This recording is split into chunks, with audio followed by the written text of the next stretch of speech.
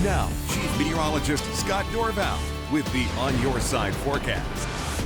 All right, we are in the middle of July, towards the end of July, middle of summer right now, right? That real heat building on in. Took a little while to get here in our temperature history. You go back to July 17th and look at July 19th, only 81 degrees. So then it started to see the heat, and I mentioned that the second half of July would likely be hotter than the first half. And you can see those temperatures, a couple of dips in here into the upper 80s, but then we've been above normal. And then this is yesterday, today, we're sitting in the same range with the temperature getting real hot outside. We're going to stay that way. It looks like 96. Likely at 6 o'clock, so the official high will be 96 or 97, possibly 98.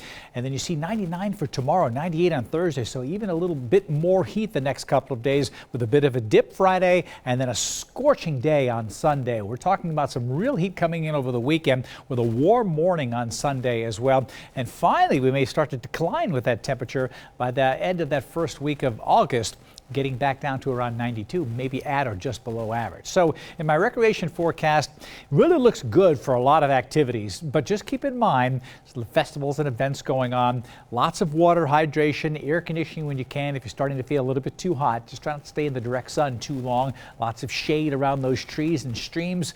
It's going to be hot, and that's why I've got yellow here. It's just that caution because of the heat. Really, the conditions are fine. The mornings will be amazing. The afternoons are going to be hot. Even at 5,000 feet, you're talking about a lot of heat coming on in.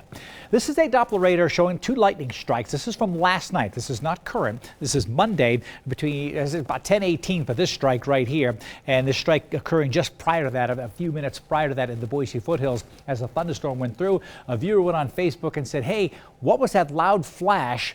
And this is the one the loud rumble of thunder and that bright flash at 10:18 p.m. This is Hidden Springs. This is where it was. And somebody asked, well, where did that strike hit? This is Humphreys Way right here. And it appears it hit somewhere on the hill. If this is an accurate location, it probably is, of this lightning strike here at 10:18 last night. It said the flash was so bright it practically blinded people momentarily, and a loud rumble of thunder coming in right after. So if you lived in Hidden Springs last night, you very likely heard this lightning strike and that big rumble of thunder, saw the strike, and then heard the thunder right after that.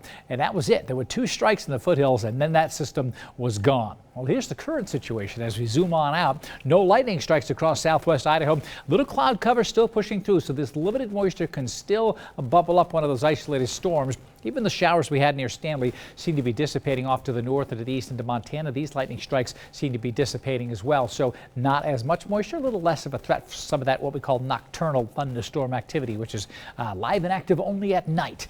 All right, so there you see the clear skies that we've had recently. Look, it's 84 degrees in McCall. It is beautiful if you can get out on the lake. A little hot in the sun, even in the McCall area. So if you want real relief from the heat, keep in mind you've got to go way up in elevation. It's just hot in most places right now.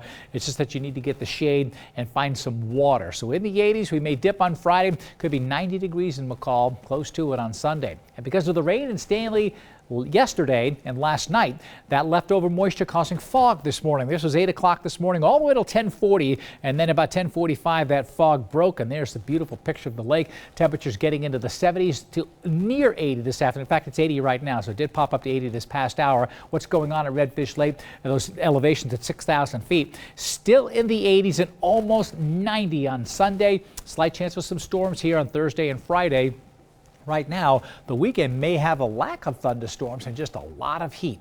Here's my exclusive true view of tomorrow's weather today. We bump it up a couple more degrees, above 100 in the Western Valley. Vail, Nissa, Ontario, all about 101. Weiser, the same story up towards Mid-Vale Hill, a little about 99, 98 in Caldwell, pretty close to 99 in Boise as well tomorrow. 97 in Garden Valley, 88 Pine and Featherville, very much like McCall and Long Valley. Notice how the skies will be mostly sunny. Some charts say a little more cloud cover further to the east here towards the Stanley and Sun Valley area, and maybe even in the Magic Valley we may get some of those storms around. But my extended forecast, you'll see that heat.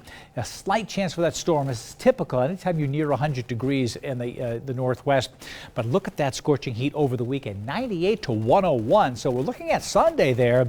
There's maybe a peak, a little extra surge of heat coming on in. So this is the type of weather that, even at 5,000 feet down, we're talking about temperatures that are hot.